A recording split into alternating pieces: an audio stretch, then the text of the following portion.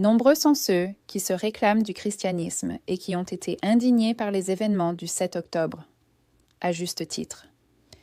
Mais savez-vous ce qui est vraiment inquiétant? Beaucoup d'entre eux ignorent des révélations majeures concernant le 7 octobre et l'État d'Israël. Comment le sais-je? Parce que trop de personnes se disant chrétiennes diffusent encore en ligne des informations qui ont été démenties il y a près de 2 ans. Elles sont donc clairement à la traîne. C'est pourquoi je vais vous rendre service et vous informer sur tout ce qui s'est passé le 7 octobre et sur les révélations qui ont suivi. Je m'efforcerai de partager principalement des vidéos et des captures d'écran provenant de sources israéliennes pour étayer mes propos. L'objectif de cette vidéo est simplement d'informer les personnes se réclamant du christianisme, car diffuser de fausses informations en ligne n'est pas une bonne chose. Bonjour, je suis Vanessa, bienvenue sur Wholeheartedness. Comme je l'ai dit, de nombreux chrétiens ont été indignés par les événements du 7 octobre, ce qui me semble tout à fait légitime. Le problème, c'est que leur indignation se limite au Hamas. Or, l'organisation qu'ils soutiennent avec ferveur n'est pas non plus exempte de tout reproche. Les détails que je vais partager ne sont que la partie émergée de l'iceberg. Si vous souhaitez connaître toutes les atrocités commises après le 7 octobre, je vous encourage à vous renseigner par vous-même, ou vous pouvez visionner cette vidéo. Le 7 octobre, Israël a mis en œuvre la directive Hannibal. Cette directive militaire, censée s'appliquer exclusivement aux militaires, a été étendue le 7 octobre et utilisée pour autoriser le meurtre de citoyens israéliens. Voici un court extrait d'une intervention de l'ancien ministre israélien de la Défense, en poste ce jour-là. Comme vous pouvez le constater, il confirme que la directive Hannibal a été appliquée dans certaines zones. Et c'est d'autant plus inquiétant que le 7 octobre, en Israël même, 20 hélicoptères Apache ont épuisé leurs munitions et ont dû se réapprovisionner. Selon des pilotes de l'armée de l'air israélienne, ces hélicoptères ont tiré des centaines de mortiers de 30 mm et de missiles Hellfire. Voici le témoignage d'une Israélienne, diffusé sur une station de radio, racontant ce qu'elle a vécu ce jour-là. Paroles étrangères. Paroles étrangères. Paroles étrangères. Terroristes.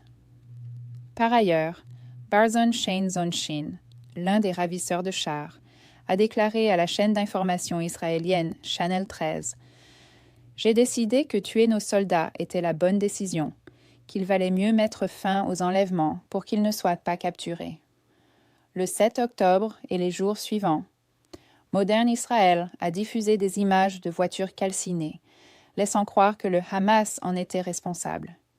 Mais ils ont omis de préciser que ces voitures avaient été incendiées par leurs propres militaires. Ronan Bergman, un citoyen israélien, a mené une enquête dont les résultats ont été publiés dans un journal israélien. Dans son rapport sur la directive Hannibal, il a déclaré avoir constaté qu'au moins 70 véhicules avaient été détruits par l'aviation israélienne et des chars israéliens. L'objectif était d'empêcher les personnes enlevées de se rendre à Gaza, où l'on soupçonnait également la présence de civils israéliens. Ronan a indiqué qu'il était impossible, à ce stade, de déterminer le nombre de victimes parmi les personnes enlevées suite à l'activation de cet ordre Hannibal le 7 octobre.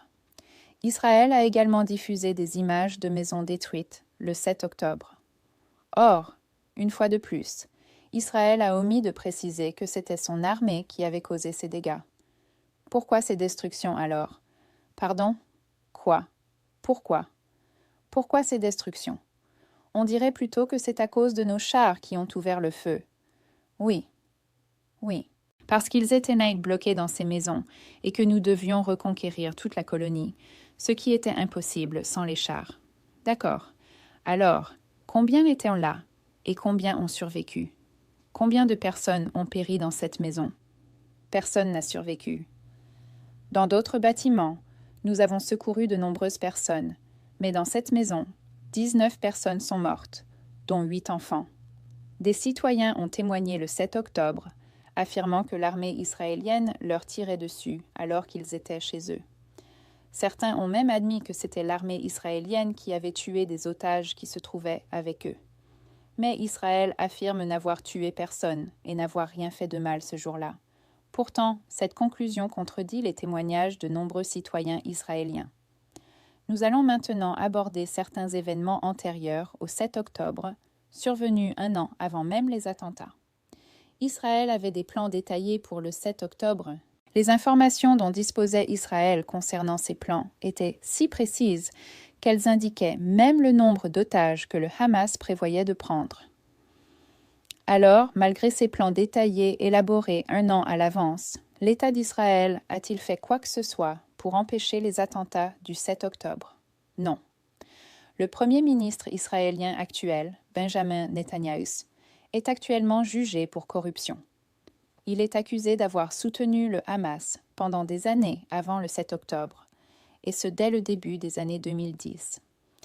Netanyahou a autorisé le transfert de sommes considérables, littéralement des valises remplies d'argent liquide, via le Qatar, directement au Hamas. Pourquoi Netanyahou a-t-il agi ainsi? Parce qu'il ne voulait ni la paix, ni un État palestinien. Si le Hamas restait au pouvoir, il aurait un prétexte légitime pour affirmer qu'il ne pouvait négocier avec les dirigeants de Gaza, les qualifiant de terroristes.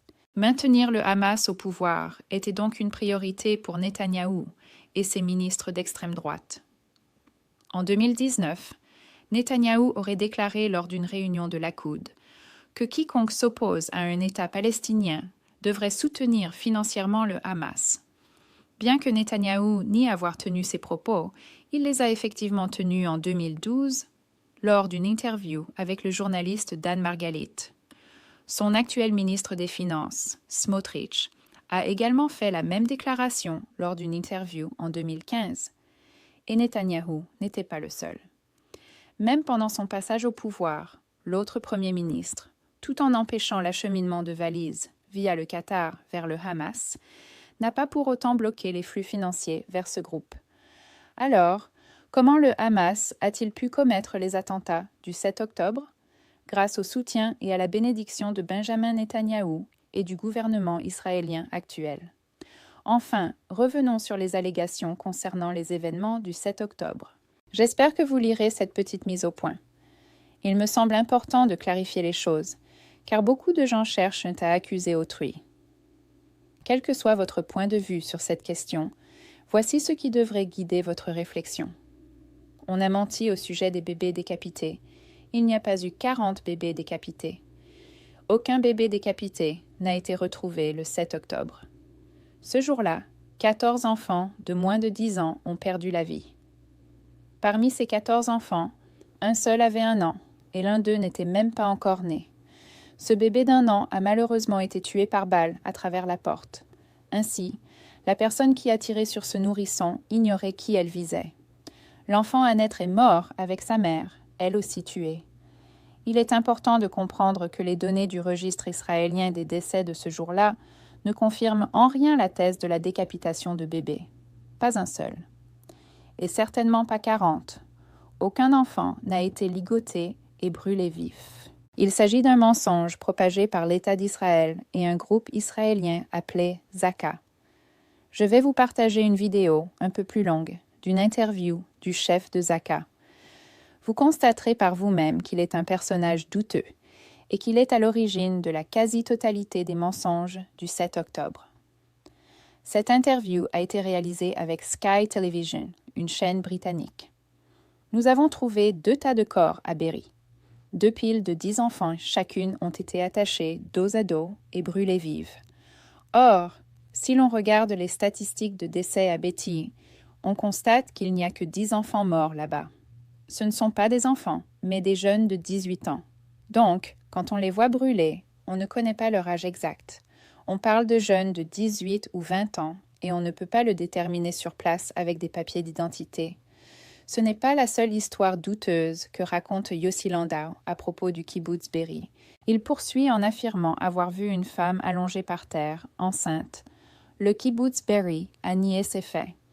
L'histoire de la femme enceinte rapportée par Zacha n'est pas pertinente pour Bari.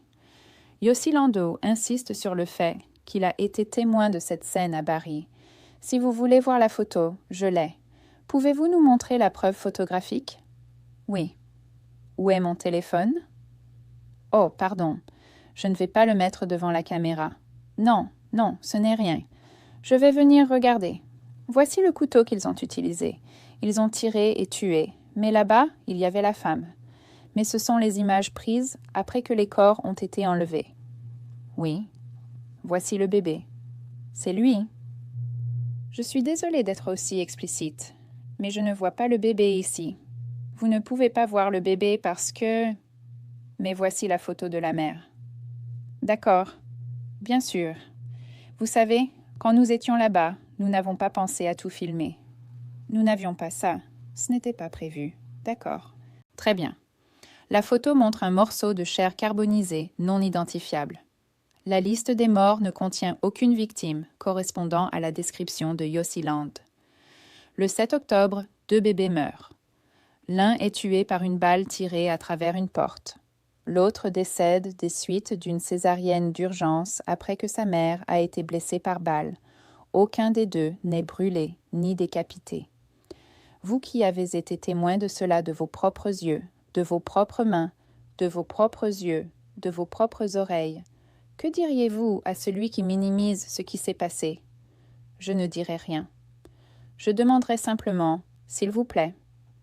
On me dit qu'il devrait être de mèche avec les terroristes du Hamas et qu'il devrait être tué parce qu'il en fait partie. Aucune femme enceinte n'a été assassinée, le ventre ouvert, son bébé tué à naître. Ce n'est pas quelque chose qui s'est produit le 7 octobre, mais cela s'est produit en 1948 lors de la création de l'État moderne d'Israël. Le gouvernement israélien et le chef de la Zakat ont plagié cette histoire, s'inspirant des horreurs du massacre de Deir Yassin en 1948. Des groupes terroristes juifs ont massacré une ville. Ils ont violé des femmes et des adolescentes. Ils ont brûlé des hommes vifs. Ils ont bombardé des maisons où se trouvaient des familles entières. Et oui, ils ont tué une femme enceinte. Ils lui ont ouvert le ventre. Et ils ont tué son bébé à naître. Une grande partie du récit du 7 octobre visait à justifier les conséquences de la mise en œuvre de la directive Hannibal. Le Hamas a certainement assassiné des gens, principalement par balles, fusils et grenades portatives, etc. Mais qui a fait exploser cette maison pleine de monde? Oui, c'est un char israélien qui l'a fait. Qui a fait exploser toutes ces voitures? Des hélicoptères israéliens. Mais ils ont tout mis sur le dos du Hamas. Alors ils ont montré toute cette destruction en disant « Oh, il a fait exploser ». Ils ont ligoté cette famille, puis ils les ont tous brûlés vifs et ils ont coupé la tête de tous ces bébés. Ils ont inventé toutes ces histoires. Ils ont prétendu que 20 bébés avaient eu la tête coupée et qu'ils avaient été pendus à une corde à linge. Ils ont dit qu'une femme, et c'est arrivé lors du massacre de Deir Yassin en 1948. Les Israéliens ont fait ça aux Palestiniens. Ils ont ouvert le ventre de la femme et tué son bébé. C'est une histoire vraie, tirée des atrocités commises par les Israéliens contre les Palestiniens. Ils ont menti en disant que c'était les Palestiniens qui leur avaient fait ça. Autre histoire vraie, tirée de la Nakba. Ils ont pris le bébé d'un homme et l'ont jeté dans un four. Et ils ont utilisé cette histoire, celle des Israéliens infligée aux pauvres Palestiniens, pour faire croire que c'était les Palestiniens qui leur avaient fait la même chose. En d'autres termes, au lieu de simplement dire « Oh mon Dieu, Candace, c'était horrible », tous ces gens ont été tués. Des civils ont été abattus chez eux, dans leur voiture, sur la route. Oh non, non. On entend plutôt « Oh, ils ont attaché des enfants et les ont brûlés vifs. Ils ont décapité des bébés. Ils ont fait sauter des maisons. Ils ont tué des gens dans leur voiture et tout ça. » Et tu as raison. Mon ex est inondé de vidéos montrant ce qu'ils font maintenant aux enfants palestiniens.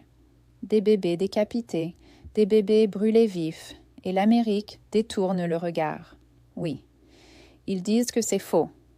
Dans mes mentions, tous les jours, on me dit « Oh, c'est faux. Ce sont tous des acteurs. » Oh oui. Les Palestiniens, les habitants de Gaza, font comme s'ils venaient d'avoir de l'eau, qu'ils n'avaient rien à manger. Ils meurent de faim, mais tout le monde conspire pour faire comme si de rien n'était. De la CPI à l'ONU, en passant par tous ceux qui affirment que c'est la réalité, sans parler des journalistes qui ont risqué leur vie pour révéler ces informations. Nos médias occidentaux refusent d'en parler. Candace, c'est comme le massacre de Waco, tous les jours. Imaginez Bill Clinton incendiant Waco et recommençant sans cesse pendant 1 an en installant des colons instantanément. Ce n'était absolument pas prévu, mais un groupe de colons va s'installer et s'emparer de ces terres immédiatement.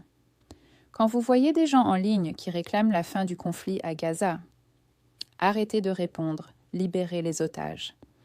Je ne vous dis pas d'arrêter de réclamer la libération des otages, car c'est ce que nous devons demander. Mais répondre ainsi à ceux qui demandent que le conflit à Gaza cesse, c'est vraiment bizarre. Car d'une part, cela donne l'impression que...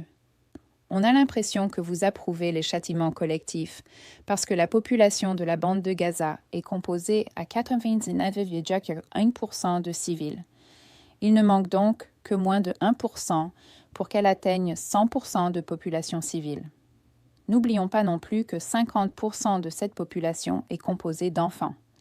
Mais répondre aux appels à la libération des otages pour mettre fin aux crimes commis contre Gaza, c'est dire que vous acceptez le massacre de civils par Israël tant que les otages, qui ne sont pas détenus par les civils, restent à Gaza. Quel enfant a le pouvoir de libérer les otages et quel adulte civil de la bande de Gaza en a le pouvoir?